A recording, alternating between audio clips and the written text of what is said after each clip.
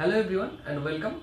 আগের দুদিনের ভিডিওতে আমরা জেনেছিলাম ক্লাস 10-এর চক্রবৃদ্ধি সুদের টোটাল কনসেপ্ট এবং সেই সংক্রান্ত কোষে দেখি 6.1 থেকে আমরা 10-এর দাগ পর্যন্ত অঙ্ক করেছিলাম। তো আজকের ভিডিওটিতে আমরা 11-এর দাগ থেকে বাকি অঙ্কগুলো আমরা করব। এবার শুরুতেই একটা কথা বলি, 11-এর দাগের যে তোমাদের অঙ্কটা রয়েছে সেই অঙ্কটা 10-এর দাগের অঙ্কের সঙ্গে সম্পূর্ণ একই অঙ্ক, একই ফরম্যাটে হবে। সেজন্য 11-এর দাগের অঙ্কটা আমি আর দেখাবো না। তো 11 দাগের অঙ্কটা করার জন্য তোমরা আগের দিনের ভিডিওতে 10 দাগের অঙ্কটা দেখেছো, যারা দেখোনি তারা আই বাটনে এবং ডেসক্রিপশনে লিংক পেয়ে যাবে, তারা আগের ভিডিওটা দেখে 11 দাগের অঙ্কটা করে নিতে পারো। আগের ভিডিও একদম শেষ প্রান্তে রয়েছে 10 দাগের অঙ্কটা, সেই ভিডিওটা দেখে নিয়ে তোমরা এই অঙ্কটা করতে পারো। তো আজকে 12 দাগ থেকে শুরু করব, তো চলো শুরু করা যাক। দেখো প্রথমেই আছে 12 দাগের অঙ্কটা বলছে বার্ষিক 9% সুদের হারে কিছু টাকার 2 বছরের চক্রবৃদ্ধি সুদ এবং সরল সুদের অন্তর 129.60 টাকা হলে ওই টাকার পরিমাণ হিসেব করতে বলেছে। তাহলে আমাদের পি নির্ণয় করতে হবে, আমাদের রেট অফ ইন্টারেস্ট বলে দিয়েছে এবং টাইম পিরিয়ড বলে দিয়েছে। আমাদের পিটা নির্ণয় করতে হবে, চক্রবৃদ্ধি সুদ এবং সরল সুদের অন্তর বলেছে। তাহলে প্রথমেই আমরা কি লিখব? প্রথমেই আমরা লিখব যেমন ফরম্যাটে লিখি আমরা, পি সমান কত জানি না, জিজ্ঞাসা চিহ্ন দিয়ে রাখলাম বা পি ব্র্যাকেটে ধরি লিখে রাখলাম। তারপর rate of interest R equal to 9%, T সমান বলে দিয়েছে 2 বছর। এবার আমরা চক্রবৃদ্ধি সুদের ফর্মুলা কি জানি? চক্রবৃদ্ধি সুদের ফর্মুলা হচ্ছে P into 1 plus R by 100 whole to the power T minus P. তাহলে এইটা হলো আমাদের চক্রবৃদ্ধি সুদ। এবার বলেছে চক্রবৃদ্ধি সুদ এবং সরল সুদের অন্তর। তাহলে এইটা আমরা পেয়ে গেলাম চক্রবৃদ্ধি সুদ। সরল সুদ কি?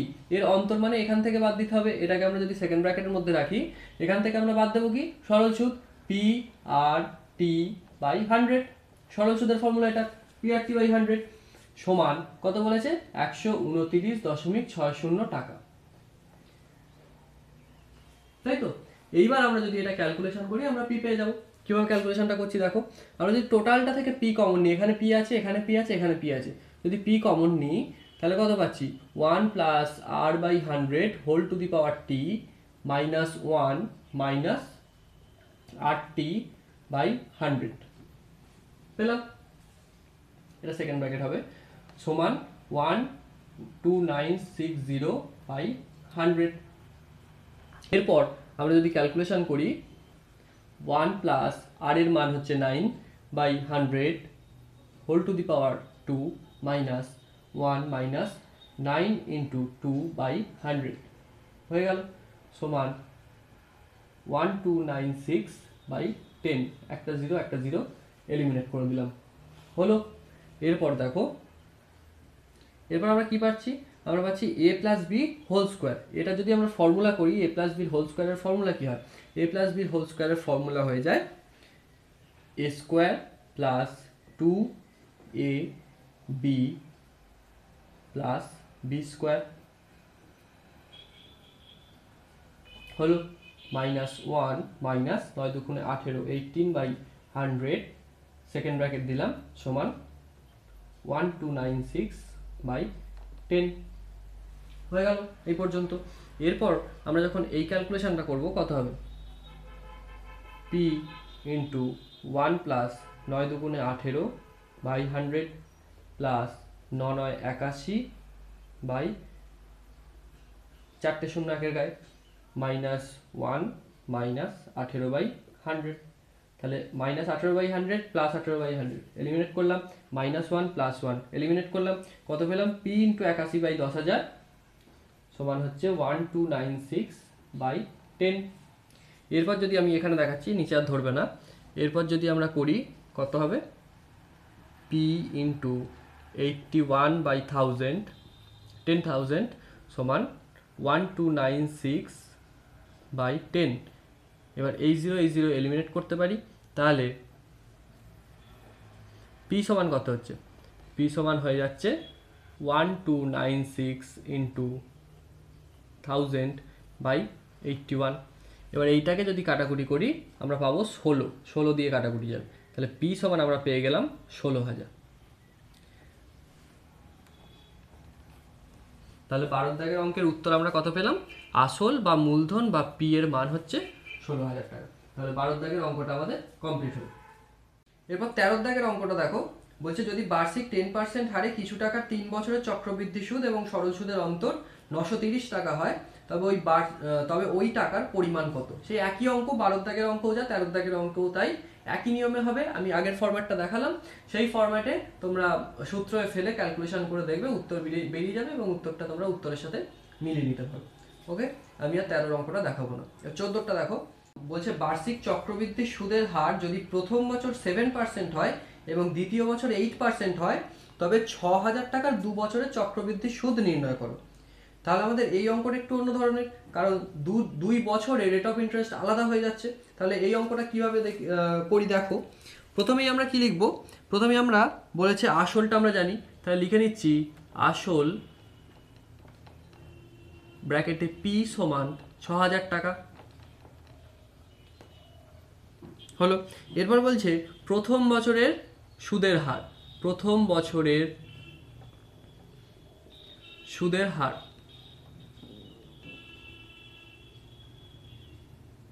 আমি ধরছি স্মল আর, সমান কত বলেছে 7%। একইভাবে আমরা যখন দ্বিতীয় বছরেরটা বলে দিয়েছে, দ্বিতীয় বছরের সুদের হার আমরা ধরে নিচ্ছি ক্যাপিটাল আর, কত বলেছে 8% হলো। এই অবধি আমরা লিখে নিলাম। তাহলে আমরা প্রথম বছরের সুদের হার পেলাম 7% আর দ্বিতীয় বছরের সুদের হার পেলাম 8%। এবার আমরা যদি 2 বছরের চক্রবৃদ্ধি সুদ নির্ণয় করি, তার ফর্মুলা কি হয়, 2 বছরের ফর 2 ইয়ার্স, 2 বছরের ক্ষেত্রে যখন চক্রবৃদ্ধি সুদ আমরা বের করি তখন আমাদের ফর্মুলাটা হয়ে যায় I equal to P into 1 plus R by 100 whole to the power 2 হয়ে যায় মাইনাস পি। এই ফর্মুলাটা হয় তো, যখন আমরা 2 বছরের বের করি, 2 বছরের যখন বের করি আমাদের মাথায় এটা স্কোয়ার হয়, তার মানে এই ফর্মুলাটা হয়। এবার এই ফর্মুলাটাকে যদি আমরা ভেঙে লিখি কত পাবো, আর বাই 100 ইন্টু আর বাই 100, আমরা মানে এইটা আরেকবার লিখতে পারি স্কোয়ার মানে, তাই তো। তাহলে এইটা আমাদের প্রথম বছরের, এইটা আমাদের দ্বিতীয় বছরের, বোঝা গেল। এইটা হচ্ছে ফর্মুলার আকার, কিভাবে পাচ্ছি বোঝা গেল। এবার তাহলে এখানে আমরা কি বসাবো, এখানে আমরা বসাবো আই সমান চক্রবৃদ্ধি সুদ আই সমান P into 1 plus R by 100 whole to the power 1 প্রথম বছরের ক্ষেত্রে, into 1 plus capital R by 100 whole to the power 1 minus P. আশা করি ফর্মুলাটা কিভাবে পেলাম বোঝাতে পেরেছি। এইবার দেখো পি এর মান কত, 6000 টাকা বসিয়ে দিলাম, 1 plus small R 7/100 into capital R 1 plus 8/100 minus 6000। এবার ক্যালকুলেশন করি, 6000 ইন্টু কত হচ্ছে এটা 107/100 ইন্টু 108/100 পেয়ে গেলাম। টোটালটাকে ব্র্যাকেটে রাখি মাইনাস 6000। ঠিক, এইবার দুটো শূন্য তিনটে শূন্য এলিমিনেট করে দাও, তাহলে কত পাচ্ছি আমরা 6 ইন্টু 107 ইন্টু 108, এই গুণটা যদি আমরা করি আমরা পাবো হচ্ছে 6933/10, এটা আমরা পাবো। এবার এটাকে যদি দশমিকে প্রকাশ করি 6933.60।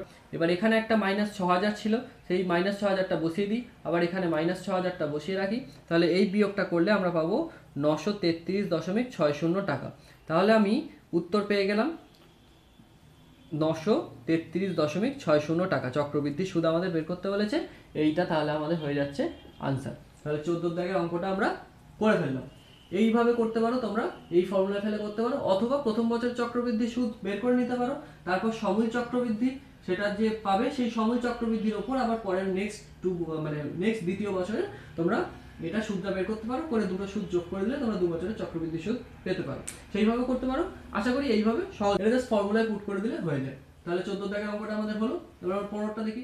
15টা দেখার আগে বলে দিই, দেখো 15 দাগের অঙ্কটা, হ্যাঁ 15 দাগের অঙ্কটা তোমার 14 দাগের অঙ্কের মতো একেবারে সেম অঙ্ক, তাই 15 দাগের অঙ্কটা আমি করব না, তোমরা বাড়িতে করবে এবং শেষের দিকে তো উত্তরমালা দেওয়া আছে, সেখান থেকে তোমরা উত্তর মিলিয়ে নেবে। এই জাস্ট একই ফরম্যাটে হবে, এরকম ফর্মুলা লিখবে, ফর্মুলায় মানগুলো পুট করবে, ব্যাস হয়ে যাবে।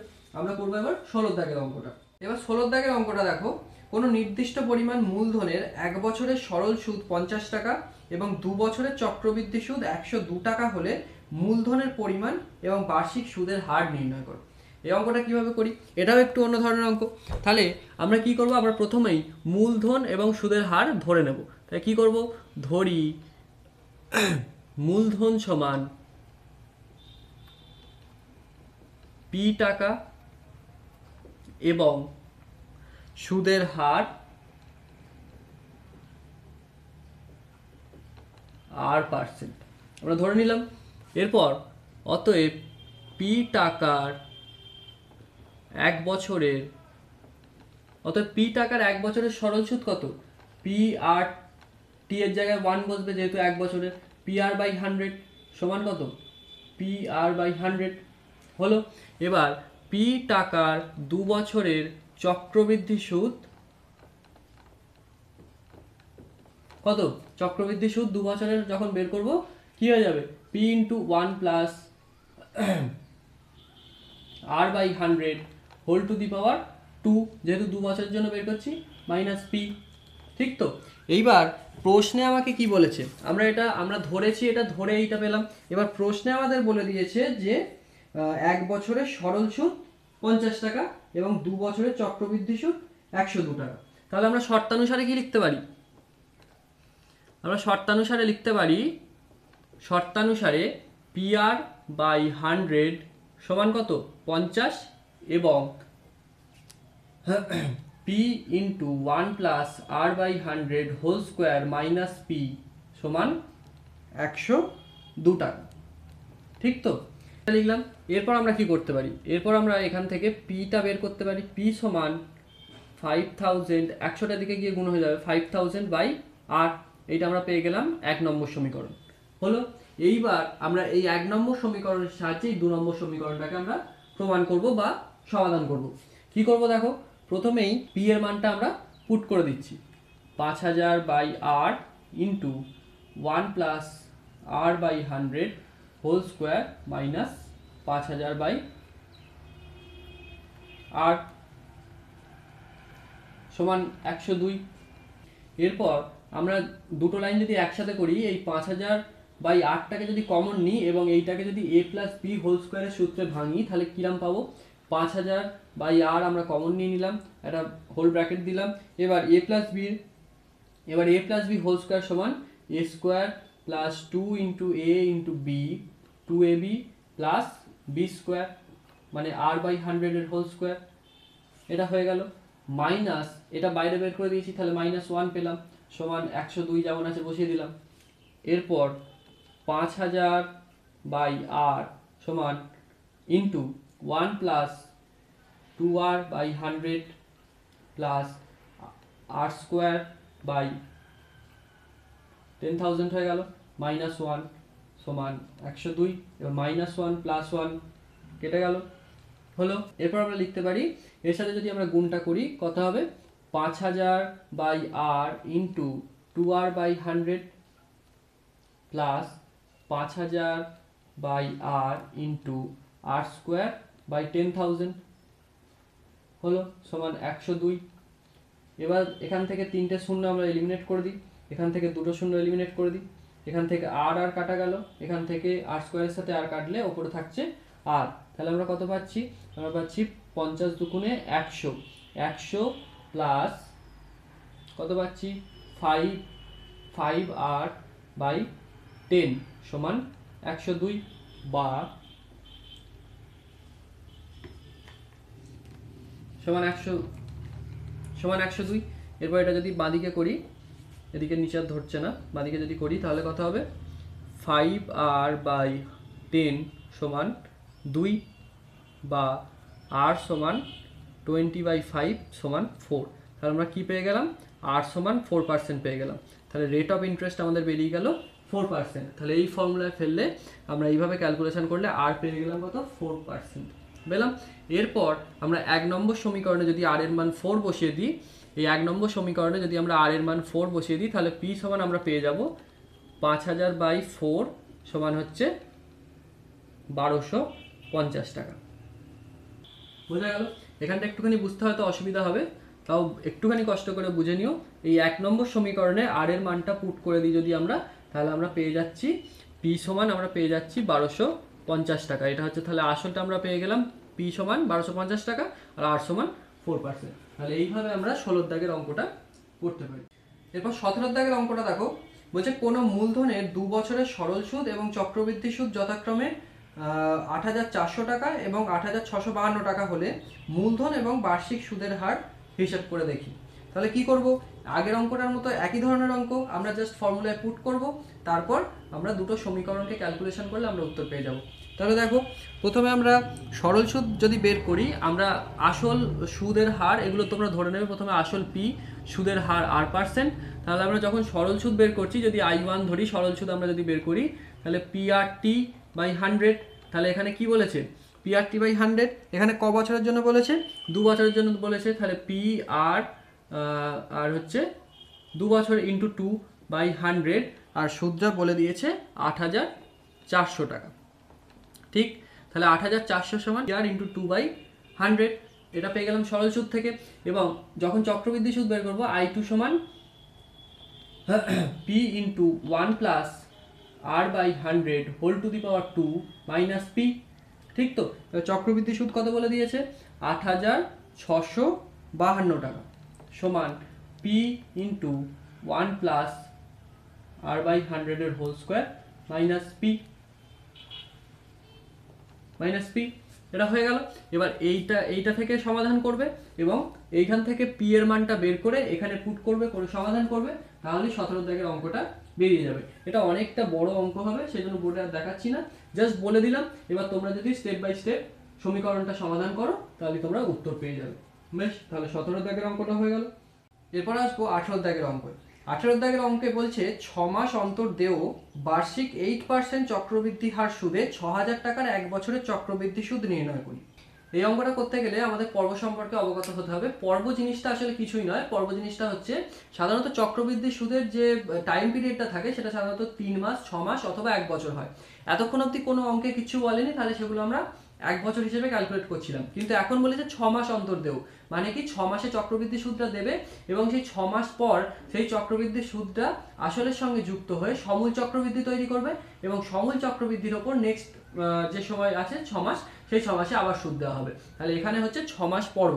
তাহলে পর্বটা আমাদের যদি 6 মাস বলে দিয়েছে, তাহলে আমাদের পর্ব 6 মাস হলে আমাদের বছরে সুদ কতবার দেবে, বছরে আমাদের সুদ দেবে 12/6, মানে আমাদের টোটাল মাস 1 বছরে 12 মাস বাই 6, তাহলে আমরা কত পেলাম 2। তাহলে পর্ব হয়ে গেল আমাদের 2, পর্ব সমান 2, এটাই হচ্ছে পর্ব।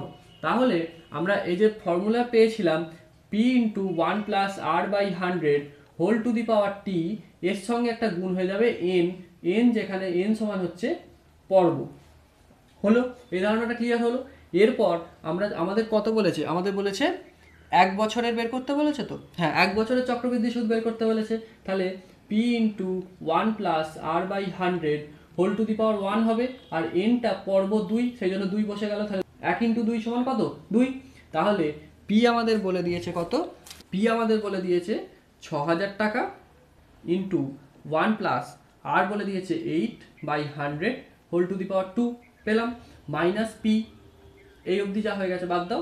P মাইনাস হচ্ছে 6,000 যদি করি, আমরা পেয়ে যাব I বা চক্রবৃদ্ধি সুদ। এটাই তো I বা চক্রবৃদ্ধি সুদ। এবার এটা ক্যালকুলেশন করো, তাহলে I এর মান পেয়ে যাবে। নিজেরা করবে, কিচ্ছু নেই, জাস্ট আমরা পর্ব জিনিসটা বুঝিয়ে দিলাম এবং এইটার সমীকরণটা গঠন করে দিলাম। এবার এইটা যেটা উত্তরটা বেরোবে সেটাই তোমাদের চক্রবৃদ্ধি সুদ। তাহলে পর্ব জিনিসটা কি এবং কিভাবে ক্যালকুলেট করা হচ্ছে আশা করি বোঝা গেল। আজকের ভিডিওতে তাহলে এই অবধি থাকুক। বাকি যে পরের অঙ্কগুলো রয়েছে সেগুলো একই ধরনের অঙ্ক, আজ অবধি যে অঙ্ক করিয়েছি সেই একই রকমের অঙ্ক নিজেরা বাড়িতে করার চেষ্টা করবে, আশা করি পারবে। যদি তাও কোনো রকমের সমস্যা হয় নিচে কমেন্ট বক্সে জানাতে পারো, আমি যথাযথ উত্তর দেওয়ার চেষ্টা করব, অথবা সমাধান নিয়ে আরও একটি নতুন ভিডিও আমি তৈরি করব। দেখা হবে পরের কোনো ভিডিওতে, ভালো থাকবে সবাই।